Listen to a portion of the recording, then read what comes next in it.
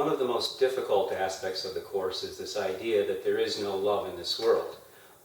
In fact, the Course actually teaches that there is no world, and at no point do bodies even exist. So obviously there can't be love in that respect.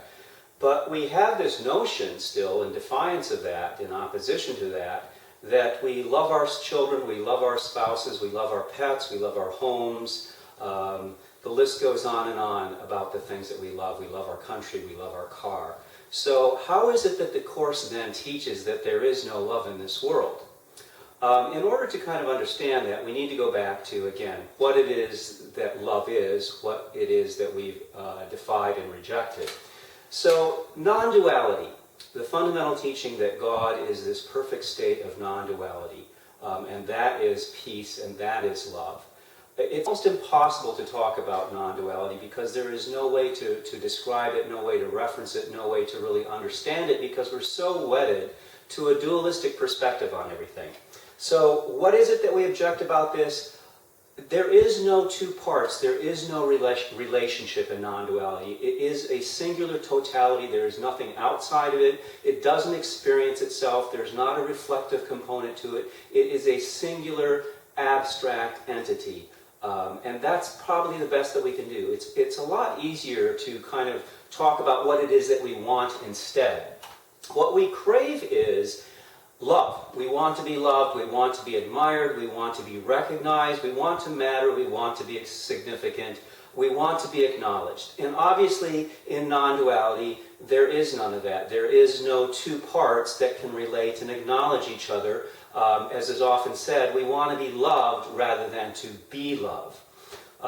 And therein lies our difficulty in our rejection of love. And since this is the only reality, since this is truth, then anything outside of that is unreal, untrue. The Course begins in talking about that this is perfect peace because there is nothing outside of it to threaten it. This is reality, and what is real can't be threatened. So our objection remains, though, that we want to have some kind of acknowledgement, some kind of part of that, and to be significant. So in order to, for the sake of discussion, because none of this is true, but we need some way to understand why there is no love in this world, in fact, why it is such a hateful experience, and with that awareness, may in fact be willing to let go of our objection to what perfect peace and what perfect love is. So obviously if there's non-duality, there can't be duality, there can't be something outside of it. But in order to serve our desire for self-interest, to matter, to be significant, to be recognized and to be loved, what we then can fantasize is that there is actually a state separate than non-duality. Obviously right now we're establishing duality, but it's this notion of that there can be something other than that non-duality. So we introduce this idea of separation from non-duality, which establishes duality. Now the problem is when you reject everything, even if you could step outside of it, it would be nothing. There would literally be nothing because it's just that. So our problem becomes that we have now a state of separation, but again, there lacks any significance. It's not important. It is literally nothing. So the idea of mattering is what the ego offers, of being significant, of being recognized, of being a special individual. And so the idea of self-importance begins to be very attractive. Now, one of the things that happens here is that when you leave everything, one of the first states, if we can call it a state, would be that of an experience of lack. I've left everything, I literally am nothing. So one of the things that the ego idea fills is that lack. All of a sudden, nothing becomes something. So the first thing that the ego idea does is fill nothingness with a seeming importance. It fills that void. And secondary to that, then, it blocks out the memory of truth. So we have nothingness in our lack that's filled by the ego idea of being special and important. Now, this doesn't take place any place. This is abstraction. There's no time. There's no place that this is occurring. This is just an abstract concept. But in order to establish this idea of significance out of nothing, and it has to be contrasted with the perfection, what the statement is that I am important, I am significant, and I am not nothing, nor am I the reality that I've rejected. My problem now is that my sense of self-importance, how do I know that I'm important?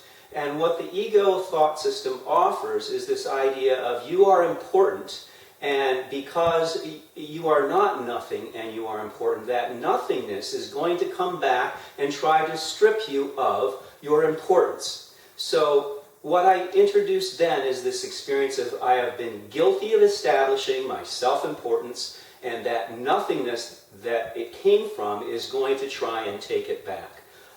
So obviously what I'm doing is just projecting the same idea that as I've done, so will be done to me. And that is the heart of getting into this idea of self-importance. So now we have this notion that there is importance, but it is founded on this need to be afraid, to understand that my importance comes at the cost of my fear of being guilty, that my specialness, my individuation will be taken away. So what we can see right now to begin with is that we've already left a system, an idea of love, and what we're talking about is separating from love and then having this notion of self-importance and significance to fill that nothingness and secondary block out the memory of love. And so there really is no love to work with here. But there is this notion of I matter, I'm important, but I live in this state of horror. So what can be done to make my significance, make my individuation palatable, bearable, tolerable, and give me that sense of love that I so want? So one of the things that's already been established is this idea of separation, and that's what provides my individuation. That I've judged that separation is not only possible and real, but that it matters in being significant, and now I'm afraid of that being stripped. So at the heart of all of this is this fear of unreality, this fear that it's not true. So I have to sustain this. But at the same time, this is such a horrifying, intolerable state that it's unbearable. One of the ways to consider it is that when we watch the news, we flip from one story to the other, usually of just horrifying circumstances that happen in our world. But we never stay with it. We just move on to the next, and what we're kind of aware of, it's not happened to me, and so there's almost this voyeuristic watching an accident, but being kind of glad that it's not me. And that's part of, if we could just for once, one moment, stay with the horror of that experience, we would begin to understand what this experience on the level of abstract mind is, of just sheer terror. So in order to deal with it, as we've talked about before, there's a state of denial covering this, and just as there is this idea of separating from truth, now I can separate from my mind. And this is where now we have a world of physicality, of time and space, of form. There was this bumper sticker I just saw the other day that said, time is so that everything doesn't happen all at once. And that's true, because time is a separation, it's a duality. This minute is different than that minute, is different than this month, this week, this year. So there's all this duality and separation involved, when in fact it's just this one instant of this horror that seems to fill the nothingness to give this sense of importance, meaning, and all of that. So the mind then denies that, becomes so fearful of itself, giving that actually the name God that it is fearful of, but that's the ego God. And so what it does then is that there is this world of multiplicity, of all these forms that demonstrate this idea of duality, and then meaning is applied to that. And of course, since the mind has this, it simply projects that into the body. And so, since this is a state of guilt and fear, of terror, and this is an attempt to relieve the mind of that, and to dilute it and make it bearable. Now what we have is the world that we live in and our bodies in it. Now we have relationship. But as we can see, we've left love. And we've established self-importance that requires fear to assert that, yes, this is important, this is true. And the proof is that I'm afraid of that my importance will be taken away.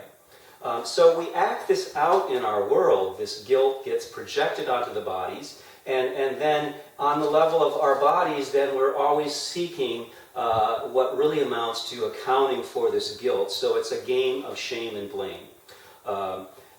This is what the Course would call specialness. Specialness requires separation, two things that can compare and contrast to each other, and then judgment is applied to them. Obviously, the first judgment is, this is not me, this is me, and then the next step goes, this is not me, this is me, and then in the world, obviously, this is me and everything else is not me. And that's the value judgment that we give to have this experience of specialness and individuation and significance and meaning. So what I'm really doing, the horrible part about our lives in this world is you can begin to see that the source matter of them is this horrifying state of fear. All for the sake of self-importance. And now I play this game of this fear was caused by you, this fear was caused by the weather, the fear was caused by a virus. All the things in the world provide the opportunity to direct the blame for the shame, for the fear onto those. And so it is a very attacking strategy in our lives. And the Course teaches that what we're really after here is that experience of special love, that someone recognize me, just as we started off with, someone acknowledge me, someone admire me, somebody love me, somebody see how incredibly important and significant I am. And obviously, everybody's kind of competing with each other for that. And part of the other notion that there is no love in this world is that this is all exclusion. When people pair off, what they're saying too is that I love you, but not everybody else. You're good, you're better, you're not so good. And so what we're doing is really casting judgments on each other that have nothing to do with the truth of the matter. And as we know in our relationships, it's like, I love you now, but I'm not so cool about you in the next moment, and I like it better when you do this. So you really begin to understand that when we strip away what's going on here, it is not a happy event, it is not a loving act. And again, it's exclusive rather than inclusive. When we consider non-duality, non-duality is completely inclusive. So you get this idea of God as non-dualistic, unconditional love, as being inclusive of everything, and that is the state of non-duality. That's why it's called perfect peace, perfect love. Here, there's separation, there's competition, and as we've seen, at the heart of it is this shame and blame, that I have this experience of guilt, and then I blame it on you. Now, this state requires a great deal of concentration to maintain. It's a very willful defiance. It has to be constantly adhered to. So there are these moments when, just out of sheer exhaustion maybe, the idea is let go of on the level of mind. Now, since there is no guilt here, obviously then there is no guilt being projected onto the bodies. And so what we would have here is this notion of what the Course calls a holy instant. That the mind, for a period of time, usually in chronology we think of it as very short because we're aware that something else happens, but there's this moment of transcendent peace and something larger than me.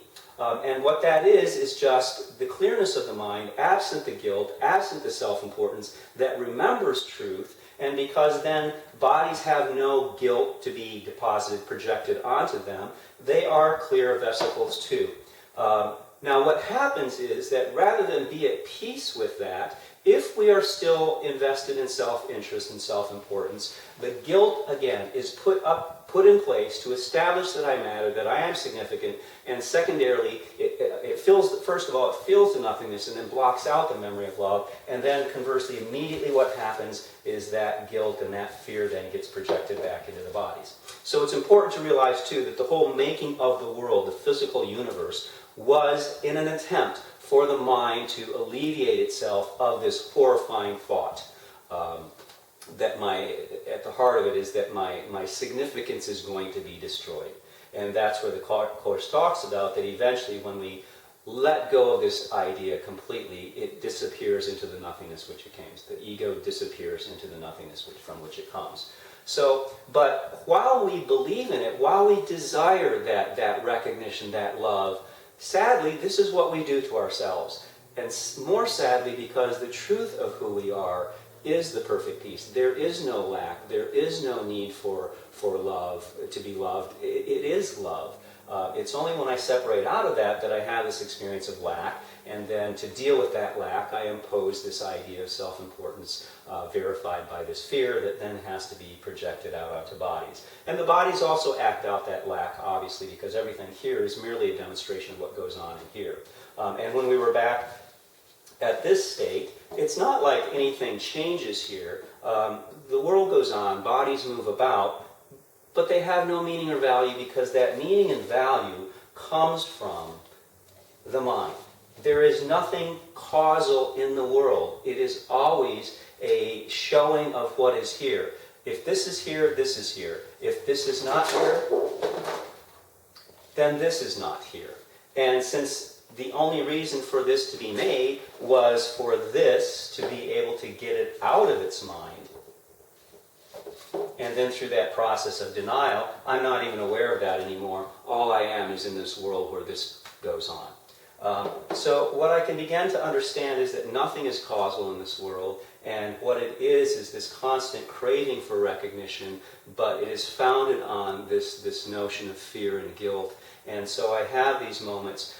But again, to go back to what we were talking about earlier, when I do have this holy instance where my mind is clear, what I become afraid of is the implication that that's truth and that I do not have significance. So if I want significance, what I do is I go back to the guilt, which gets projected onto the bodies, and then rather than understanding that experience of transcendence, that experience of peace and love occurred because I remembered that, what I do is go back to my world and then I assign the cause to a person, a place, an event, that my teacher, being with my teacher makes me feel special. Reading the Course or reading any spiritual text makes me feel important.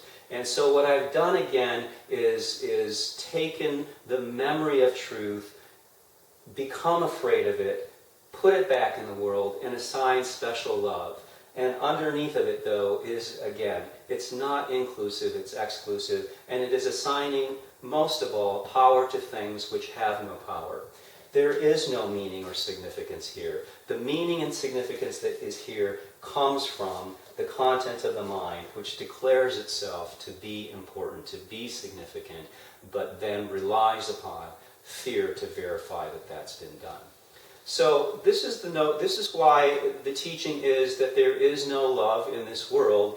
There is no world. There are no bodies, and yet we persist in trying to make this work. We try to take truth into the world, into our bodies, into our relationship. We try to take love that we've rejected and put it into our bodies. That's why the Course calls this all a substitute reality, and fundamentally both an impossibility and that it doesn't exist at all. What keeps it in place? Our desire to somehow have an experience of self that is acknowledged, recognized, and deemed important. Unfortunately, the only way to kind of make nothingness seem important is to add this notion of that my importance is so important that it will somehow be taken away from me. And so I have this constant fear that my self is in jeopardy, and that's on the abstract level. That gets projected out into a world which was made to both act out the attempt for significance, for meaning, but is founded on this notion of fear. And the incredible strategy of the ego thought system is to always make something out of nothing and to always make it seem to be what it's not. So the world is a demonstration of that. It is a obscuring of the untruth. It is acting out our craving for recognition, to be admired, to be loved. And the sad thing is that we already have that. We already are that. And part of us remembers that. Part of us knows all the self-doubt and the changing truths that go on here is merely because it's unreal and it is not true. True is true. It never changes. It is always the same. There is no doubt about it. But that is counter to our experience here. And no matter how much love we think we have here, it's always in jeopardy. It's always in danger. Something will happen to the bodies I love. Something will happen to my body that I love. So it all comes to an end because it is founded on this death of who I truly am, this notion that the truth has died. So what we can take from the Course is that this is what's going on, and to begin to each day take a look at what I'm experiencing, to take a look at my relationships, and to try and be honest about what it is that I'm after here. And fundamentally, it's going to be that notion of my mattering and my importance and being right and wanting that recognition for being right, when in fact we're all one thing. Again, as we've talked about before, this is the unholy trinity, the two bodies and the mind. The Holy Trinity obviously would be removing the guilt, and now everything is just the memory of truth. And then the Holy Trinity redirects back to truth. The unholy Trinity redirects back to the attempt to love, which is really shame and blame. The love is more that you have quelled my fear because momentarily you have met the conditions that indicate to me that you understand who I am and recognize my importance. And with the experience of lack and the ego feeling that, the form that takes is oxygen and water, that I constantly am in a state of lack, that I constantly have to replenish, that something else has to be ingested, has to sacrifice themselves so that I can live. And that's all the properties of self-importance and significance. So unfortunately, the world that we live in will never satisfy, it will never solve this guilt because it's not occurring here. Form doesn't cause it, it's projected on by the mind.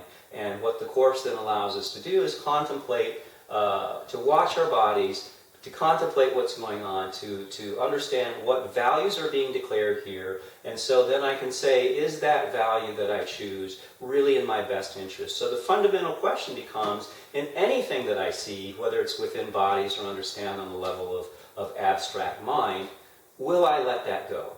It's a constant, no matter what happens, will I let that go? And self-importance obviously declares, no, I won't let that go, because it has to adhere to who I am and the importance that I bring. So it's a difficult state of affairs. Never once does the Course ask us to give up our orientation as a body. In fact, it talks about that it's almost impossible to do that. But it does ask us to understand why we have that orientation, where it comes from, and how the whole system works. What I began to do is, as I lose interest in self-importance, all that's done is that this falls away. My holding on to it, my believing it, my manufacturing it, is what literally makes it. Self-importance begets itself. So the minute I don't have a notion of self-importance, then what I'm saying is that the truth I don't want to be apart from. I don't want to defy that. And that I began to understand that if I could really understand that specialness, that special love, that relationships, that suffering, that individuation, that specialness is all equal to suffering, that they're synonymous, that they're the same word, that if I could really begin to understand that, then I would ask myself, how long do I want to persist with suffering when it's untrue, unreal, but then I have to give up this notion of being an individual that gets recognized? At some point, this game of suffering, this game of shame and blame, this game of terror becomes tiring, becomes apparent, becomes recognized as not solving anything, and certainly, if I'm that important, not even worthy of my importance. And then I'm more likely to begin to let go of my allegiance to the idea, my investment, my interest in that. And then when that happens, the guilt disappears. It's not projected onto the bodies. The world goes about its business. But since there's no need for it, it too disappears. And then the idea of separation, ultimately no longer valued, no longer seen as important, vanishes too. And all that we're left with is the only truth that ever was, the only reality that ever was, the non-duality that is the perfect peace and the perfect love. What sustains our search and our experience of love in this world, and as we've just talked about, the hatred behind all of that, what sustains it first and foremost is just our wanting it. That's the will, the desire for it. And because I will for it, it seems to happen. And then the second thing that sustains it, obviously, is the denial. I deny truth, I deny what's going on, I deny where this is all coming from, I deny what's going on here. So those are kind of the hallmarks of what results with self-importance, is that there's this willful defiance and then there's a denial of that. So obviously this is never going to be a popular course because it's really asking us to take a look at what we're doing, what's going on, really to even get past the denial. And the only way one can get past the denial is to look at the projection. So that's this notion of brother, that I have to look at what I'm accusing the rest of the world of to get past the denial, to really understand what I'm about. And so the world is a demonstration of myself. But again, this isn't going to be a popular course. It might be even said that it can never be done because it doesn't exist itself, and it's already been done. The truth is the truth, and this is just a small fabrication. But what it does require, again, is this honesty to look at our relationships, to look within, and to really, as a student of the course, to use the roadmap, obviously, to understand the constructs of our quote reality here and what the truth really is, and the abject failure that will always occur here. And then we began to see that it's just the same thing over and over again, and nothing ever really changes here. As the Course says, nothing so blinding as perception of form, because that's what is part of the denial process and masking the truth or the untruth of what's going on here. And we can see too that, again, with the notion of this will never be a popular course, that's what the crucifixion was about, is that you hear the message, you remember the message, and then you kill the messenger and you distort the message. So again, that's not so much taking place on the level of bodies, but the idea that occurs in the abstract mind is that truth reemerges and I crucify it and then I distort the message. And that's just a repeated process over and over and over again. Is it unpopular because it's actually very simple, but we're going against our resistance to it, our denial and our willfulness against all of this. But not only is it not a popular course, one of the takeaways from studying the Course is this understanding of how much I'm not interested in love and peace, and how much I am interested in self-interest. Fear shapes everything. Self-interest shapes everything. And again, if I understood that self-interest and special love and everything that goes on in this world is motivated by suffering, then would I really want it? But because I have this denial, I don't see it that way. So again, the Course is going to be a very difficult pursuit of that because it goes right up against our resistance. And again, one of the things that we can walk away with is just this understanding that I'm not interested in peace, I'm not interested in love on those terms, on reality, truth level. I prefer my fantasy. But the response to that doesn't need to be judgment. It can simply be, okay, and then back to, do you want to let it go? Do you want to choose again? And eventually, this will become dissatisfying. If I am to find the love that I want, the peace that I remember, the love that I remember, then what I am going to have to do, though, is this journey through my self-importance. And so it is stripping myself of this false idea that there are loving things, good things, worthwhile, meaningful, significant things going on here, and to kind of go through the denial of that and to really understand that it is all founded on nothingness, and it's a pursuit of trying to make something out of nothing. So the loving message is that this is a journey back through the hate to get to love, and not to get confused that hate is love. The good thing about it is that in this process of venturing back to truth, venturing back to real love, to real peace, what I'm asked to do is to simply watch what's going on and to ask for help, which is really the clarity of my mind, to return to that. And so in my declaration of asking for help, what I'm already saying is that I'm beginning to challenge this notion of self-importance, that there is a more loving, a gentle way to do this. And it's the more that I engage with that clarity of my mind and look upon this without the importance. Forgiveness is to unlearn, and forgiveness is to also look at this with, it's just a silly notion of being self-important and a self-imposed state of horror and fear.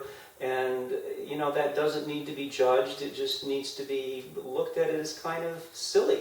And in that process, it's the interest in it is let go of. But one has to be able to be honest enough to get to that. And so once the denial is dropped, or willing to get to that, once the denial is dropped, then the interest in self-importance is dropped, and having nothing, there's nothing to project onto the bodies. The world goes on and on and on as if it exists, and it doesn't exist. It's the demonstration of multiplicity, but now absent any significance or value. So it too, simply having no purpose, disappears, because its purpose was to become the repository of the guilt in the mind. So then what we're left with is simply the reality that always was. Truth is truth.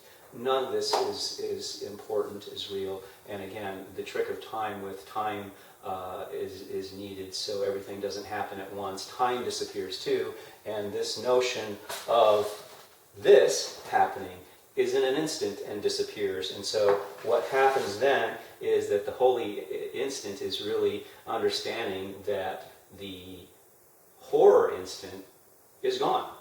And then I just remember truth. And that's the only reality. And having no opposition to it, having no interest in things being otherwise, having no will to oppose that, I merely disappear into the heart of God that I never left.